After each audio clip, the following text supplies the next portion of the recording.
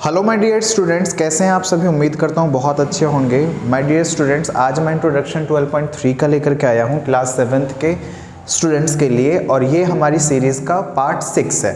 चलिए, अगर हम 12.3 की बात करें तो 12.3 में जो है वैल्यू ऑफ एक्सप्रेशन है, मतलब value of expression of an expression. अगर हम किसी एक्सप्रेशन की वैल्यू की बात करें, आप एक्सप्रेशन समझते हैं, मैंने इंट्रोडक्शन बता रखा है। जैसे मैंने कोई एक्सप्रेशन ऐसे लिख दिया x² x + 10, तो यहाँ एक क्वेश्चन अराइज होता है कि वैल्यू ऑफ एक्सप्रेशन का मतलब क्या हुआ। तो यहाँ हम देख पा रहे हैं जो कांस्टेंट है वो 10 है और जो x है वो वेरिएबल है। तो वेरिएबल की तो कोई भी वैल्यू हो सकती है। तो जैसे इस क्वेश्चन में दे रखा है कि जो x है वो 2 है ना। इफ़ x = 2, इसकी वैल्यू बताओ। तो इसी को हम बोलते हैं वैल्यू ऑफ एन एक्सप्रेशन।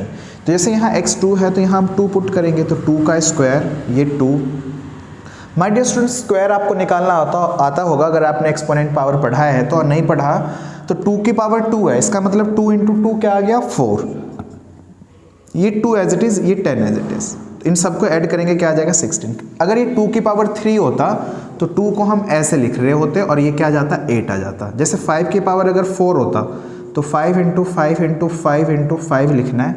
5 5 = 25, 25 5 = 125, 125 5 = 625।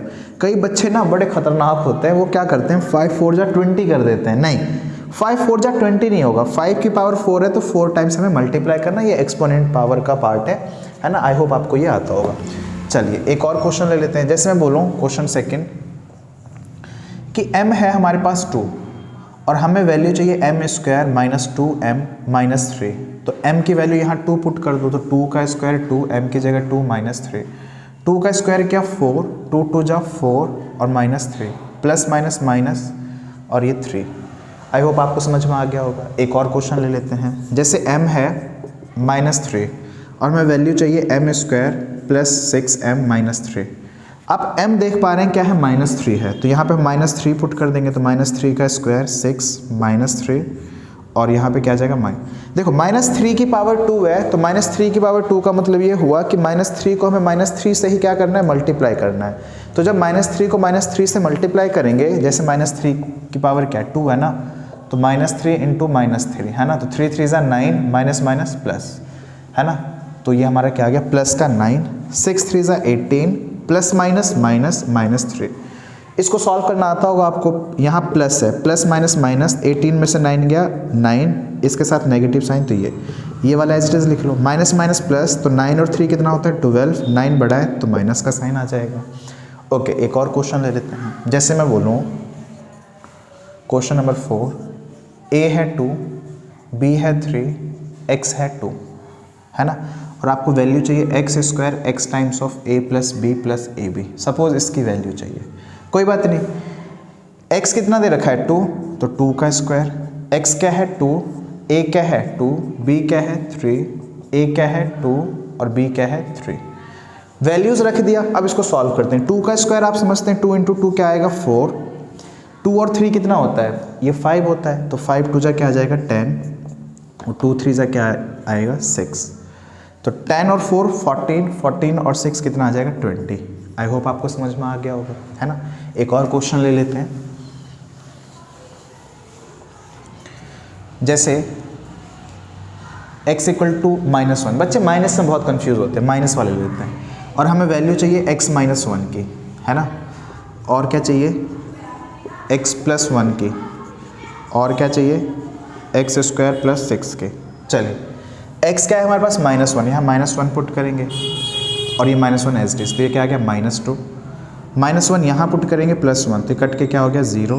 -1 यहाँ पुट करेंगे तो -1 का स्क्वायर + 6। -1 का स्क्वायर करेंगे तो -1 को -1 से मल्टीप्लाई करना है, तो -1 × -1, 1 1 जा 1, माइनस माइनस प्लस, तो -1 का स्क्वायर क्या आ जाएगा 1 आ जाएगा +6, तो ये क्या आ गया हमारा 6 + 1 क्या आ जाएगा 7। ये इस क्वेश्चन का आंसर आ गया।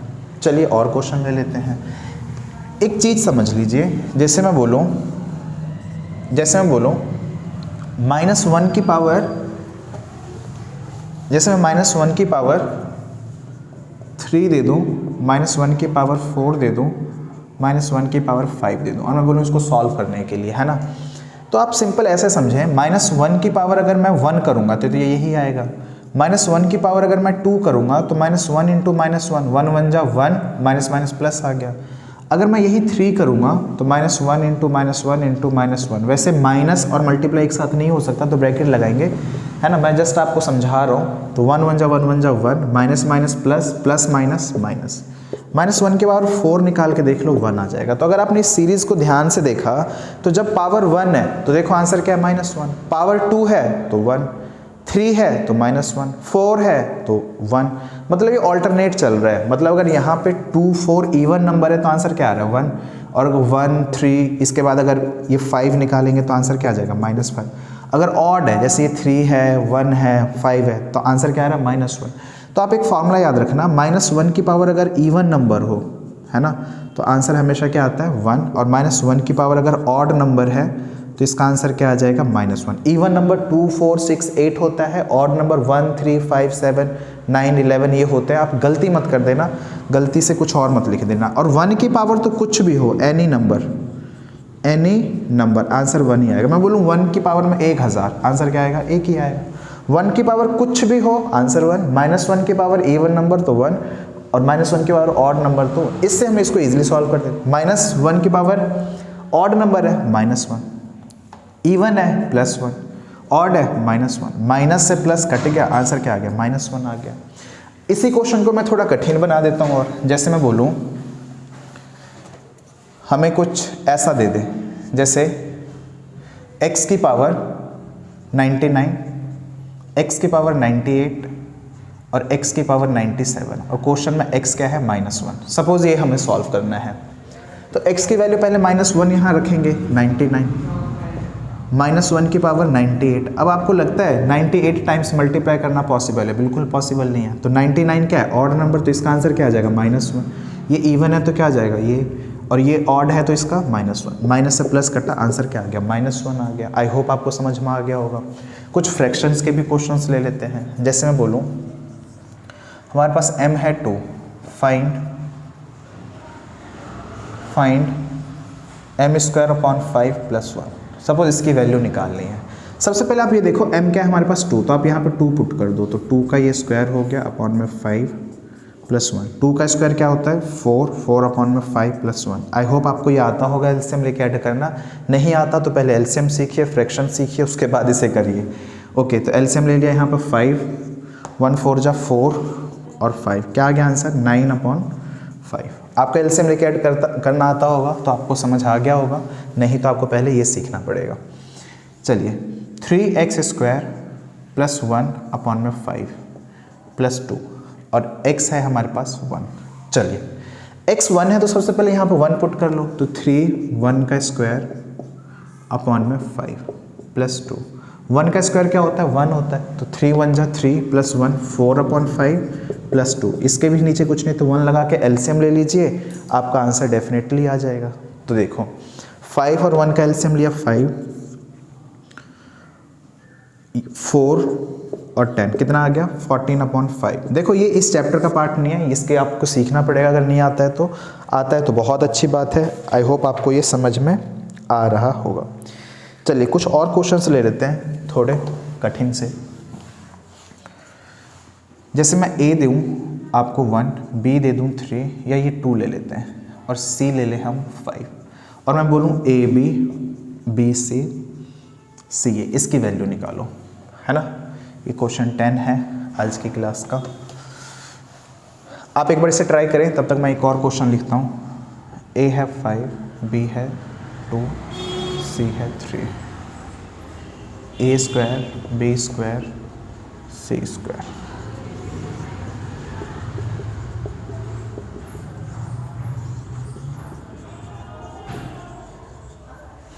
चलिए ए बी का मतलब ये है कि इनके बीच में कोई साइन नहीं है तो मल्टीप्लाई, यानी a इंटू बी करना है। तो a की वैल्यू क्या है 2 और b की वैल्यू क्या है 3, पहले आप पुट कर दीजिए। इसके बाद क्या है BC, तो b क्या है 3, c क्या है 5, इसको पुट कर दिया। फिर c क्या है 5, a क्या है 2, 2 3 जा 6, 3 5 जा 15, 5 2 जा 10, तो ये कितना आ गया 6 और 15, 21, 21 और 10, 31।